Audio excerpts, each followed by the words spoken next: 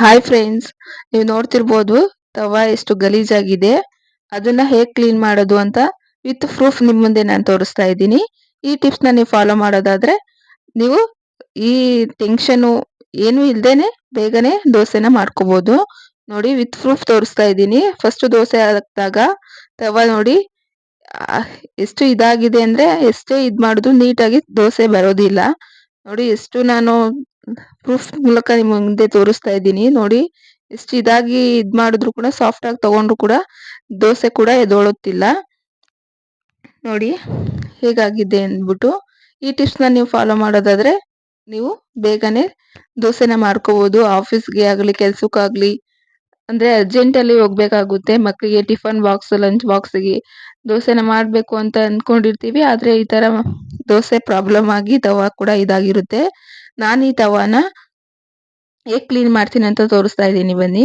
ನೋಡಿ, ಅನ್ನ ಬಸ್ಕೊಂಡಿರ್ತೀವಲ್ಲ ಆ ಗಂಜಿ ಇದು. ರೇಷನ್ ಅಕ್ಕಿ ಇದೆಯಲ್ಲ ಆ ರೇಷನ್ ಅಕ್ಕಿಯಿಂದ ಗಂಜಿನ ತಗೊಂಡಿದ್ದೀನಿ, ಬಸ್ಕೊಂಡಿದ್ದೀನಿ. ಈ ತರ ನೀವು ಫಾಲೋ ಮಾಡೋದಾದ್ರೆ ಬೇಗನೆ ದೋಸೆ ಬರುತ್ತೆ, ಟೆನ್ಷನ್ ಇರೋದಿಲ್ಲ. ನೋಡಿ, ಒಂದು ಈರುಳ್ಳಿ ತಗೊಂಡಿದ್ದೀನಿ. ಈರುಳ್ಳಿನ ನೀವು ಜಜ್ಕೊಂಡ್ ಬೇಕಾದ್ರೂ ಹಾಕೋಬಹುದು, ಇಲ್ಲ ಪೇಸ್ಟ್ ಮಾಡಿ ಕೂಡ ಹಾಕೋಬಹುದು. ನಾನಿಲ್ಲಿ ಜಜ್ಕೊಂಡು ಹಾಕೊಂತಾ ಇದ್ದೀನಿ. ನೋಡಿ, ಸಣ್ಣ ಫ್ಲೇಮ್ ಇಟ್ಬಿಟ್ಟು ತವಾನ ಈ ತರ ಕ್ಲೀನ್ ಮಾಡ್ಕೋಬೇಕು. ಗ್ಯಾಸ್ ಸಣ್ಣ ಫ್ಲೇಮ್ ಅಲ್ಲಿ ಇರ್ಲಿ.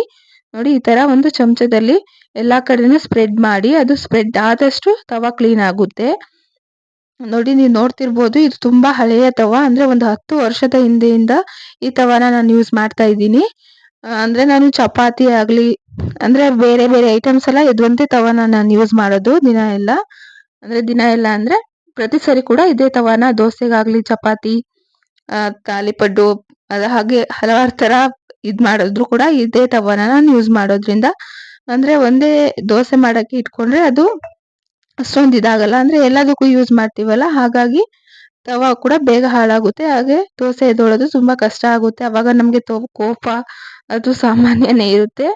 ನೋಡಿ, ಈ ತರ ಕ್ಲೀನ್ ಮಾಡ್ಕೊಂತಾ ಇದೀವಿ. ನೋಡಿ, ನೀವು ನೋಡ್ತಾ ಇರ್ಬೋದು ಗಲೀಜ್ ಎಷ್ಟು ಇದೆ ಅಂದ್ರೆ. ಅದು ಇವಾಗ ನಾನು ಚಾಕು ಮೂಲಕ ಈ ತರ ಮಾಡ್ಕೊಂತಾ ಇದೀನಿ. ನೋಡಿ, ಅಂದ್ರೆ ಎಣ್ಣೆ ಬಿಟ್ಕೊಂಡಿರುತ್ತಲ್ಲ, ಎಣ್ಣೆನ ಜಿಡ್ಡು ಹೋಗಿ ಸೈಡಲ್ಲಿ ಕುತ್ಕೊಂಡ್ಬಿಡುತ್ತಲ್ಲ, ಹಾಗಾಗಿ ಈ ತರ ದೋಸೆ ಎದೊಳ್ದೇ ಇರೋದು, ಆ ಪ್ರಾಬ್ಲಮ್ನ ನಾವು ಫೇಸ್ ಮಾಡ್ಬೇಕಾಗುತ್ತೆ. ನೋಡಿ, ಈ ತರ ಚಾಕುಲಿ ಎಲ್ಲಾ ಕಡೆ ಕೂಡ ಈ ತರ ಚಾಕುಲಿ ಮಾಡ್ಕೊಳ್ಳಿ. ಅನ್ನ ಬಸ್ಕೊಂಡಿರ್ತೀವಲ್ಲ ಗಂಜಿನ, ಅದು ಎಲ್ಲಾ ಕಡೆ ಸ್ಪ್ರೆಡ್ ಮಾಡಿ, ಈರುಳ್ಳಿ ಎಲ್ಲ ಸ್ಪ್ರೆಡ್ ಮಾಡಿ ನೀಟಾಗಿ ಈ ತರ ಮಾಡಿ. ನೀವು ನೋಡ್ತಿರ್ಬೋದು ಎಷ್ಟು ಗಲೀಜ್ ಕಾಣ್ತಿದೆ ಅಂದ್ಬಿಟ್ಟು ತವಾದಲ್ಲಿ. ಅಂದ್ರೆ ನಾನು ಅವಾಗ ಕ್ಲೀನ್ ಮಾಡ್ತಾನೆ ಇರ್ತೀನಿ, ಆದ್ರೂ ಈ ಫೇಸ್ ಮಾಡ್ಬೇಕಾಗುತ್ತೆ ಈ ತವಾದಿಂದ. ದೋಸೆ ಮಾಡೋದು ಬೇಡ ಅನ್ನೋಷ್ಟು ಕೋಪ ಬರುತ್ತೆ ಇರುತ್ತೆ. ಆದ್ರೆ ಏನ್ ಮಾಡೋದು, ಟಿಫನ್ ಬಾಕ್ಸಿಗೆ ಒಂದು ಅದೇ ಚಿಂತೆ ಆಗಿರುತ್ತೆ ಹೆಣ್ಮಕ್ಳಿಗೆ, ಯಾವ್ದು ಅಡ್ಗೆ ಮಾಡ್ಬೇಕು ಏನು ಅಂದ್ಬಿಟ್ಟು. ಅದ್ರಲ್ಲಿ ದೋಸೆ ಮಾಡೋಣ ಅನ್ಕೊಂತೀವಿ, ಆದ್ರೆ ಇದ್ರಲ್ಲಿ ತವಾ ಬೇರೆ ಪ್ರಾಬ್ಲಮ್ ಆಗ್ಬಿಡುತ್ತೆ ನಮ್ಗೆ. ಈ ತರ ನೋಡ್ಬೋದು ಎಷ್ಟು ಗಲೀಜಾಗಿ ಇದಾಗ್ತಿದೆ ಅಂದ್ಬಿಟ್ಟು.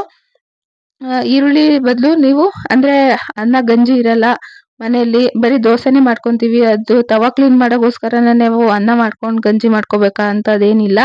ಈರುಳ್ಳಿ ಪೇಸ್ಟ್ ಇರುತ್ತಲ್ಲ, ಅದನ್ನ ನಿಂಬೆಹಣ್ಣಿನಲ್ಲಿ ಈ ತರ ಮಾಡ್ಕೋಬಹುದು. ನಿಂಬೆಹಣ್ಣು ಮತ್ತು ಈರುಳ್ಳಿ ಪೇಸ್ಟ್ ಇರುತ್ತಲ್ಲ, ನಾನು ಯಾವ ತರ ಮಾಡ್ತಿದ್ದೀನೋ ಅದೆರಡು ಬಳಸಿ ನೀವು ಕೂಡ ಮಾಡ್ಕೋಬಹುದು. ಅನ್ನ ಗಂಜಿ ಇಲ್ಲ ಅಂದ್ರೆ ಮಾತ್ರ. ಅನ್ನ ಗಂಜಿ ಇದೆ ಅಂದ್ರೆ ಈ ಟಿಪ್ಸ್ನ ನೀವು ಫಾಲೋ ಮಾಡಿ, ಬೇಗನೆ ತವಾ ಕ್ಲೀನ್ ಆಗುತ್ತೆ. ಹಾಗೆ ದೋಸೆನ 2 ನಿಮಿಷದಲ್ಲಿ ತವಾ ಕ್ಲೀನ್ ಮಾಡ್ಕೊಂಡು ಬೇಗ ಬೇಗ ಹಾಕೋಬಹುದು ದೋಸೆನ. ನೋಡ್ಬೋದು ಎಷ್ಟು ಎಣ್ಣೆ ಜಿಡ್ಡಿತ್ತೋ ಅದೆಲ್ಲ ಪೂರ್ತಿಯಾಗಿ ಇವಾಗ ಕ್ಲೀನ್ ಆಗಿದೆ ತವಾ ಕೂಡ.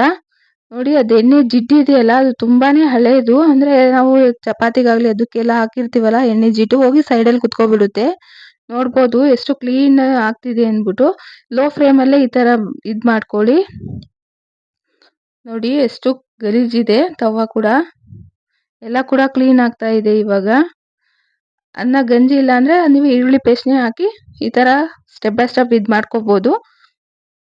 ನೋಡಿ, ಫುಲ್ ಇದಾಗ್ಬಿಟ್ಟಿದೆ. ನಮ್ಮ ಮನೇಲಿ ಇವಾಗ ಸಿಂಕ್ ಮನೇಲೇ ಇಲ್ಲ, ಹೊರಗಡೆ ಹೋಗಿ ತೊಳಿಬೇಕಾಗುತ್ತೆ. ನಾನು ಇವಾಗ ಹೊರಗಡೆ ಹೋಗಿ ನಿಮ್ಮನ್ನ ತೋರಿಸ್ತೀನಿ. ಎಷ್ಟು ಸಾಫ್ಟ್ ಆಗಿ ದೋಸೆ ಬರುತ್ತೆ ಅಂದ್ರೆ ನಾವೇ ಆಶ್ಚರ್ಯ ಪಡ್ಬೇಕು, ಅಷ್ಟು ನೀಟಾಗಿ ಬರುತ್ತೆ ದೋಸೆ. ನೋಡಿ, ಎಷ್ಟು ಫುಲ್ ಗಂಜಿ ಎಲ್ಲ ಇದಾಗಿದೆ. ನೋಡಿ, ತವಾ ಎಲ್ಲ ಕ್ಲೀನ್ ಮಾಡ್ಕೊಂಡ್ ಬಂದಿದ್ದೀನಿ ಇವಾಗ. ನೋಡ್ಬೋದು ಆ ಡಿಫ್ರೆನ್ಸ್ಗೂ ಈ ಡಿಫ್ರೆನ್ಸ್ಗೂ. ನೋಡಿ, ಸೈಡಲ್ಲಿದ್ದ ಎಣ್ಣೆ ಜಿಡ್ಡೆಲ್ಲ ಹೋಗಿದೆ. ನೀವು ಸೋಪಲ್ಲೇ ತೊಳಿತೀರಾ ನಿಮ್ ಇಷ್ಟ, ಸೋಪಲ್ಲಿ ಅದು ತೊಳ್ಕೊಬಹುದು, ಹಾಗೆ ಕೈಯಲ್ಲಿ ಇದ್ರಲ್ಲಾದ್ರೂ ತೊಳ್ಕೊಬಹುದು. ಸ್ವಲ್ಪ ಗಂಜಿದು ಸ್ವಲ್ಪ ಅದು ಇದಿರುತ್ತಲ್ಲ, ಅದು ಹೋಗಲ್ಲ ಸರಿಯಾಗಿ. ಹಾಗಾಗಿ ಸೋಪು ಸ್ವಲ್ಪ ಲಾಸ್ಟಲ್ಲಿ ಯೂಸ್ ಮಾಡಿ, ಆದ್ರೆ ತವಾದಲ್ಲೇ ಯೂಸ್ ಮಾಡೋದು ಬೇಡ.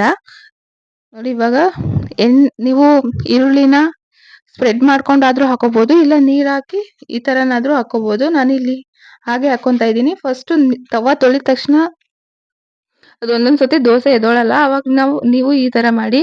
ಅಂದ್ರೆ ಸ್ವಲ್ಪ ಎಣ್ಣೆ ಬಳಸ್ಕೊಂಡು ಈರುಳ್ಳಿಲೇ ಸ್ಪ್ರೆಡ್ ಮಾಡೋದ್ರಿಂದ ಬೇಗನೆ ಎದೊಳುತ್ತೆ. ನಾನಿಲ್ಲಿ ಹಾಗೆ ನಾನು ಪ್ರತಿ ಸರಿ ಮಾಡ್ತೀನಲ್ಲ, ಪ್ರತಿ ಸರಿ ಒಂದೊಂದ್ಸತಿ ಮಾತ್ರ ಹಾಗಾಗುತ್ತೆ, ಅವಾಗ ನಾನು ಎಣ್ಣೆ ಯೂಸ್ ಮಾಡ್ತೀನಿ.